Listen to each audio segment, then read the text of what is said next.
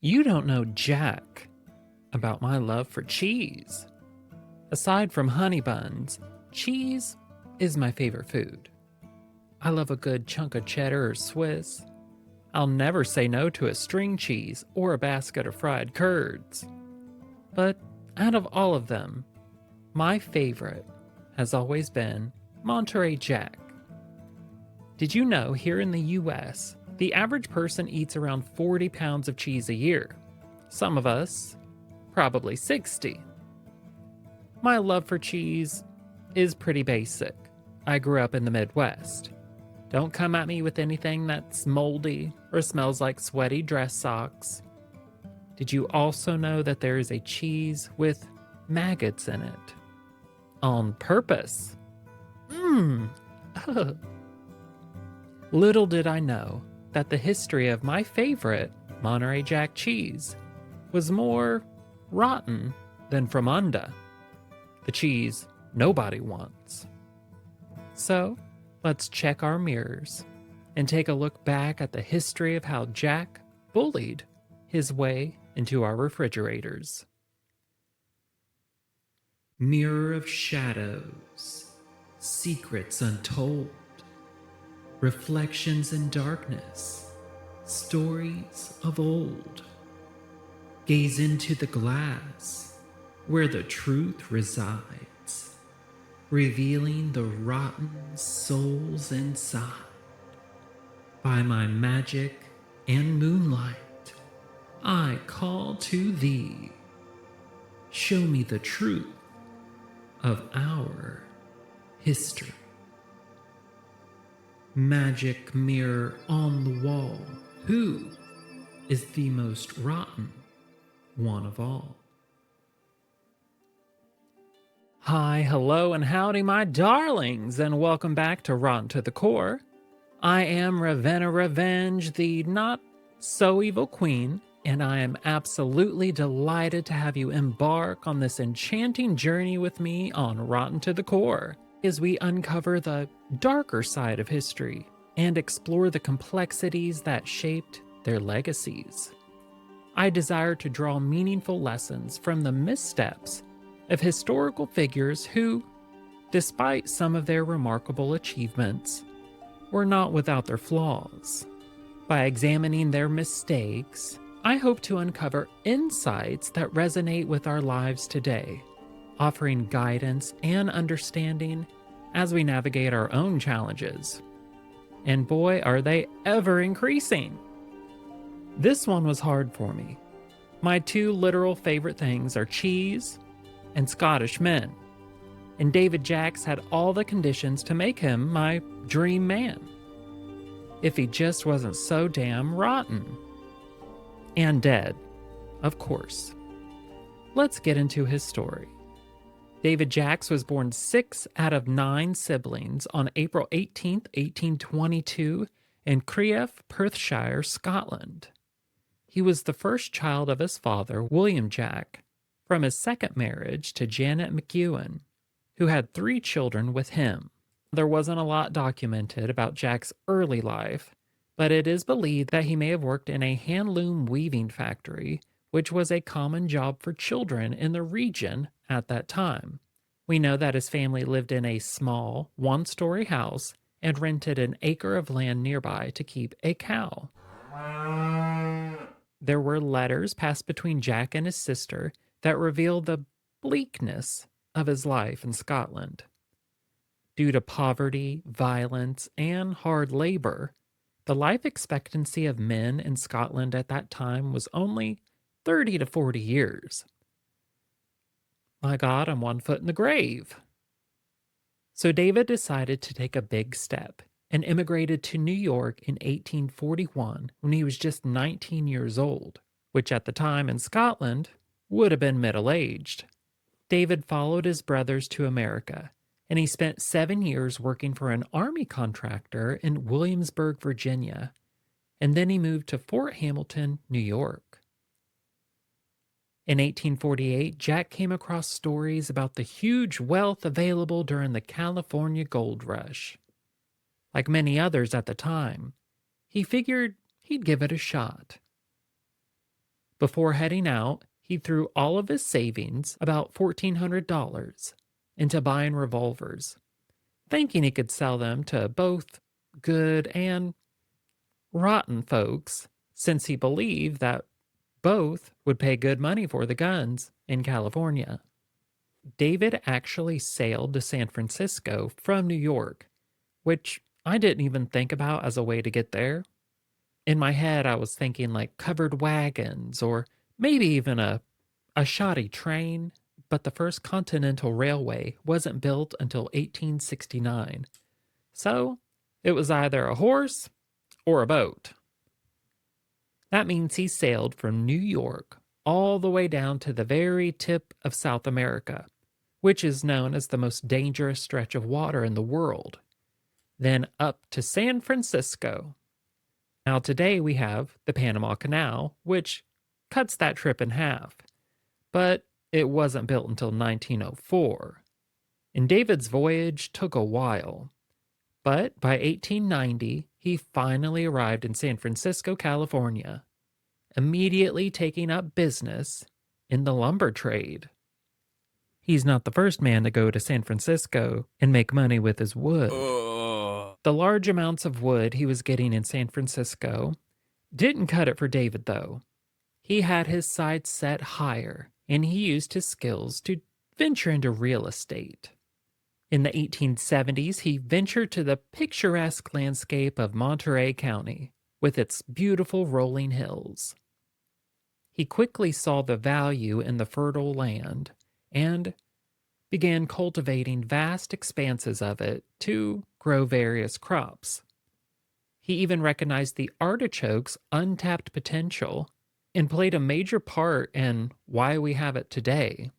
You can thank David Jacks each time you put a chip in some spinach artichoke dip, which is really the only good way to eat an artichoke.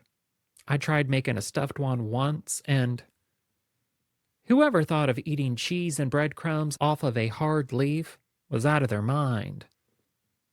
Now, during the 1800s, Spanish missionaries and later Mexican settlers made a semi-soft white cheese in California called Queso Blanco País. Can you guess where this is going? Those missions were kind of taken over in the 1830s. Their land and properties, including dairies, were all sold or granted to private individuals. Can you imagine if we did that today? Oh, I'm sorry, but your church is built on land that we can use to make a profit. We'll also keep anything of value you have, but you got to get out of here. Go on, get. Well, David so happened to buy large amounts of land in Monterey County, and some of that already settled by Spanish people. There were several dairies that specialized in making the cheese. How he acquired all this land wasn't always on the up and up either. He purchased Monterey County at a land auction for about a little less than $1,500. That auction would later be called the R word of Monterey. Now, what do you do if you're a corrupt guy and you want to get rid of a bunch of people who are living on land you unjustly purchased? You give them eviction notices. David didn't just hand them to him, though. He would have them posted somewhere on the large property that would either be difficult to get to or hard to see.